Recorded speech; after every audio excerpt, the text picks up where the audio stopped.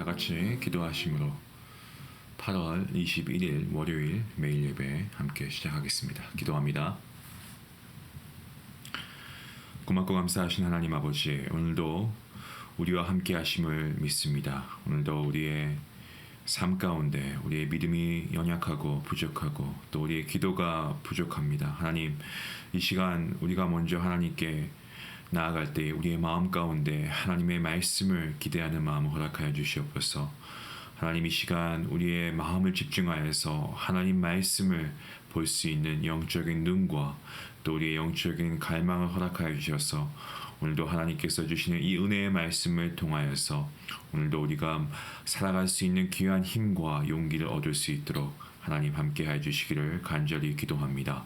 주님, 그리고 우리가 말씀을 들은 후에 함께 기도할 터인데 하나님께서 하늘 문을 여시고 성령의 충만함을 허락하여 주시옵소서.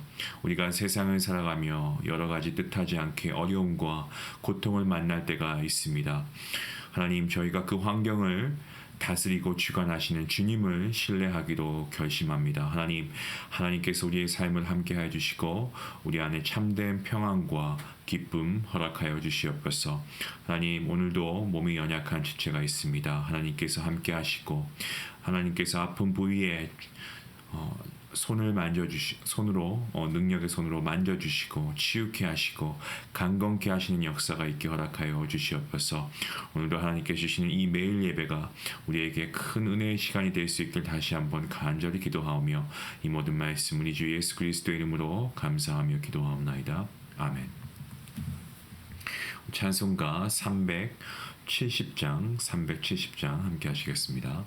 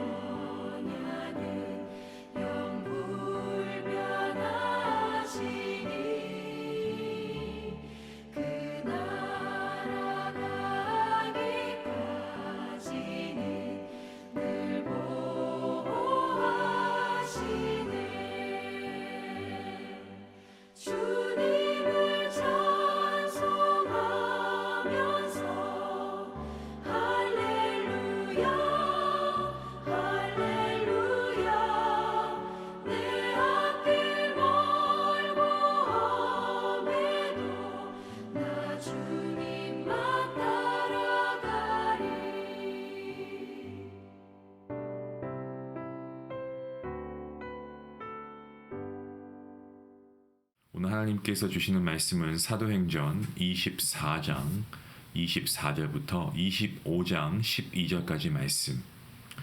오늘 본문 말씀인데요. 우리 함께 같이 한 목소리로 말씀을 읽도록 하겠습니다. 함께 봅니다. 수일 후에 벨릭스가 그 아내 유대 여자 드루실라와 함께 와서 바울을 불러 그리스도 예수 믿는 도를 듣거늘 바울이 의와 절제와 장차 오는 심판을 강론하니 벨릭스가 두려워하여 대답하되 지금은 가라 내가 틈이 있으면 너를 부를 것이라 하고 동시에 또 바울에게서 돈을 받을까 바라는 고로 더 자주 불러 같이 이야기하더라. 이태가 지난 후 보르기오 베스토가 벨릭스의 소임을 이어받으니 벨릭스가 유대인의 마음을 얻고자 하여 바울을 구류하여 두니라. 베스토가 부임한 지 3일 후에 가이사랴의 예루살렘으로 올라가니 대제사장들과 유대인 중 높은 사람들을 바울을 고소할세 베스토의 호의로 바울을 예루살렘으로 옮기기를 정하니 이는 길에 매복하였다가 그를 죽이고자 함이더라. 베스토가 대답하여 바울이 가이사랴에 구류된 것과 자기도 멀지 않아 떠나갈 것을 말하고 또 이르되 너희 중 유력한 자들은 나와 함께 내려가서 그 사람에게 만일 옳지 아니한 일이 있거든 고발하라 하니라. 베스토가 그들 가운데서 8일 혹은 10일을 지낸 후 가이사랴로 내려가서 이튿날 재판자리에 앉고 바울을 데려오라 명하니 그가 나오매 예루살렘에서 내려온 유대인들이 둘러서서 여러 가지 중대한 사건으로 고발하되 능히 증거를 대지 못한지라.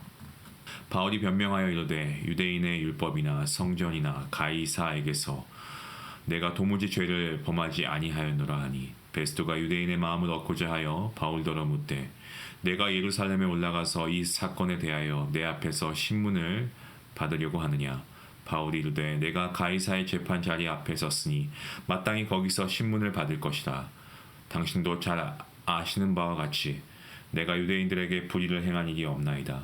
내가 만일 불의를 행하여 무슨 죽을 죄를 지었으면 죽기를 사양하지 아니할 것이나 만일 이 사람들이 나를 고발하는 것이 다 사실이 아니면 아무도 나를 그들에게 내줄 수 없나이다. 내가 가이사께 상소하노라 한데 베스토가 배석자들과 상의하고 이르되 내가 가이사에게 상소하였으니 가이사에게 갈 것이라 하니라. 아멘. 오늘 저희가 읽은 본문 말씀 여기서는 이 로마 제국의 유력한 이 권력자들이 나오고 있습니다. 먼저는 벨릭스라고 하는 총독이 나오고 있고요. 그의 부인 드루실라가 나오고 있습니다. 이 총독은 바울을 2년 동안 구금 상태에 두었던 그러한 총독이기도 합니다. 드루실라는 헤롯 가문의 출신이죠. 자, 이어서 등장하는 총독이 있습니다. 바로 베스토라고 하는 총독입니다. 이어서 이 베스토 총독이 부임을 하게 되는데요. 이 베스토 총독 앞에서 2번의 재판이 진행이 됩니다. 이미 앞에서 이 언급된 총독들이 있었습니다. 이 구브로의 서기오 바울 총독과 그리고 이 고린도의 갈리오 이 총독입니다. 이 총독들은 로마의 속주들을 실질적으로 다스렸던 권력자들이었는데요. 이 황제령에는 황제가 직접 파송하고 그 외에 속주는 원로원에서 파송했습니다. 이 대부분 원로원 회원들로 로마의 특급 권력층들이라고 보시면 됩니다. 바울은 이들 총독 앞에 서야만 했죠. 자, 이어서 한 왕이 등장하고 있습니다. 아그리빠라고 하는 왕인데 헤롯 아그리빠 2세입니다.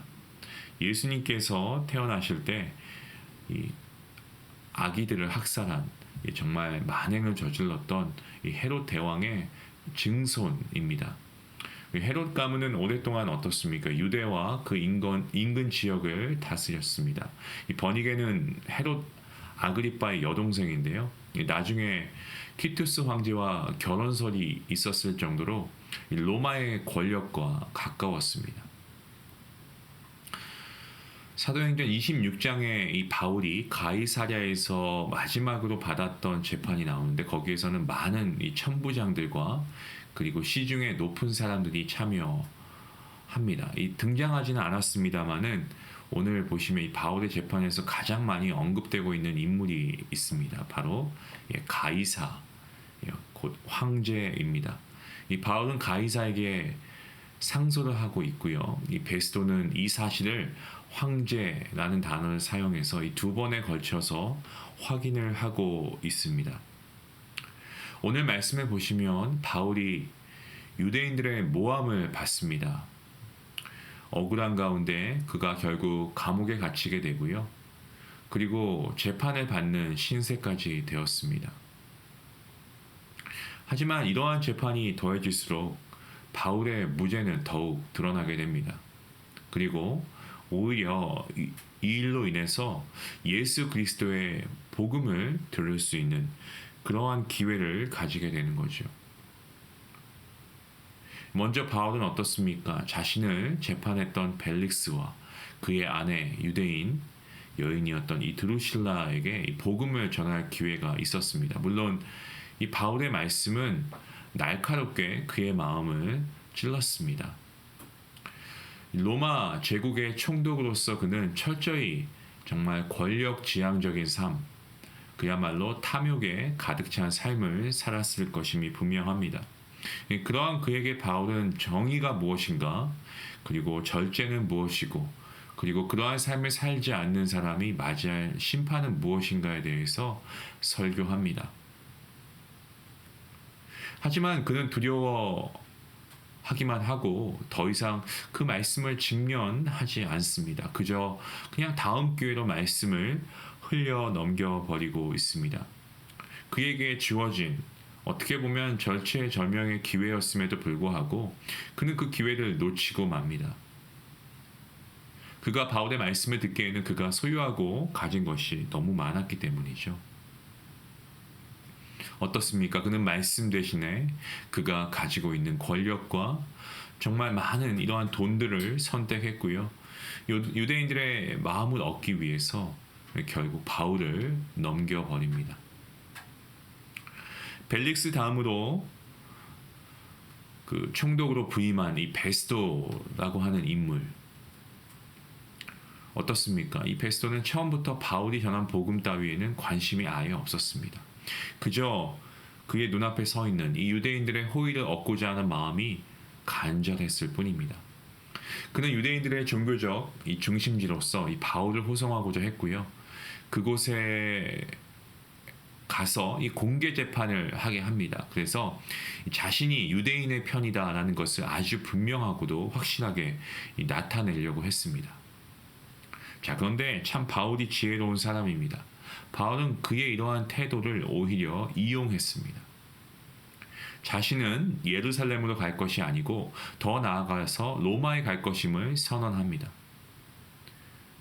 바울은 로마 시민이었습니다. 때문에 이 로마 카이사르에게 재판을 요청할 수 있었고요. 그 여정을 통해서 더욱 복음을 전하려고 하는 그러한 깊은 의도가 있었습니다. 한편 이 복음을 신성 모독이라고까지 생각했던 유대인들은 정말 그야말로 기회가 있으면 이 호시탐탐 바울을 죽일 기회를 노리고 있었습니다. 하지만 그들의 이러한 계획은 어떻습니까? 바울의 요청, 지금의 요청으로 인해서 모두 물거품이 되고 있는 것을 우리는 보게 됩니다. 성도 여러분, 오늘 말씀에 나오는 이 여러 인물들을 보면서, 이런 권력자들을 보면서 우리는 복음을 대하는 어떤 사람들의 모습을 우리가 다시 한번 보게 됩니다. 바울, 그가 어떠한 사람입니까? 우리가 사도행전을 지금 계속해서 묵상하고 있는 가운데 그는 정말 복음이라고 하면 이 복음을 전하기 위해서 그의 모든 삶을 바친 인물이었고요. 심지어 자신의 고난과 핍박마저도 복음을 위해 사용하려고 했던 인물이 바울 아니었겠습니까? 그러한 그가 정말 복음을 전하는 가운데 그 복음을 듣고 잠깐 마음이 흔들리긴 했지만 결국 세상에 자기가 가지고 있는 권력, 탐욕, 이러한 것들로 돌아가 버린 벨릭스. 처음부터 복음에는 일절 관심도 없이 오직 자신의 성공과 성취에만 모든 신경을 쓰고 그러한 관심사를 가지고 있었던 베스도 자신들의 종교와 율법에 갇혀 있어서 복음을 오해하고 복음 전파자들을 오히려 해하고 죽이려고까지 했던 유대인들, 우리가 오늘 말씀을 통해 잘 보고 있습니다. 이들은 어떻습니까? 각자 자기가 추구했던 삶을 충실하게 살았다라고는 할 수 있을지 모르겠지만 결국 이 영원한 생명과 구원을 드러냈던 이러한 삶을 살았던 사람, 그러한 사람이라고 한다면 다른 이들 아무도 없었고 오직 바울 한 명만 이러한 삶을 살아갔다는 거죠. 성도 여러분, 우리는 매일 예배를 통해서 하나님의 말씀을 함께 묵상하는 가운데 있습니다. 우리가 말씀을 읽고 그리고 깊이 하나님의 말씀으로 묵상하며 나아가는 것은 더 열심히 살기 위해서, 더 성공하기 위해서, 더 인정받기 위해서, 이러한 이유에서 우리가 이러한 것들을 하는 것은 아닙니다. 오히려 우리 성도가 추구해야 되는 삶이 있다라고 한다면 그것이 무엇인가를 다시금 우리가 회복하고 되돌아보기 위함인 줄로 믿습니다. 사랑하는 성도 여러분, 우리가 사도행전 말씀을 통해 살펴보고 있는 정말 이 복음에 사로잡힌 바 된 한 인물, 이 바울처럼 다시금 복음에 매이는 삶, 바로 우리 성도 여러분들의 삶이 되어야 할 줄로 믿습니다. 복음에 매이는 삶으로 우리의 삶의 방향이 다시 한번 정해질 수 있는 그러한 오늘 시간이 될 수 있기를 간절히 기도합니다.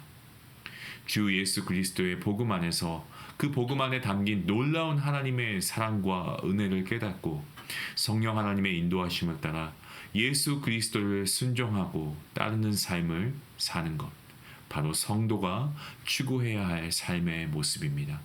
그리하여서 정말 우리가 살아도 죽은 삶이 아니고 죽었으나 사는 삶을 이제는 살아야 할 줄로 믿습니다.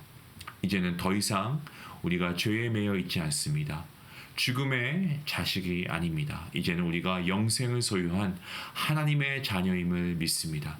그 구원의 기쁨, 그 구원의 은혜를 입은 자로서 하나님의 능력의 말씀 앞에서 다시 하나님께 나아가는 귀한 복된 오늘 하루 모두가 될 수 있기를 주님의 이름으로 간절히 기도합니다. 우리 같이 함께 기도하겠습니다. 하나님 감사합니다. 오늘 말씀을 통하여 하나님 우리가 복음의 능력을 다시 한번 깊이 마음에 새길 수 있길 원합니다. 하나님, 우리가 눈을 뜨자마자 하나님의 은혜를 우리가 기대하며 살아가기보다는 우리가 걱정과 두려움에 우리의 마음을 닫아버리는 경우가 얼마나 많이 있습니까? 우리의 주변을 의식하고 세상을 의식하여서 정말 이 복음의 능력을 살아내지 못하고 하나님, 우리가 오히려 정말 이 세상의 유혹 안에 갇혀서 하나님의 은혜를 누리지 못하고 살아가는 우리의 모습을 봅니다. 하나님, 이제는 우리의 마음을 열어서 우리가 정말 복음을 다시 한번 온전히 깨닫게 허락하여 주시고 이 복음을 우리가 전할 수 있는 귀한 믿음도 허락하여 주시옵소서.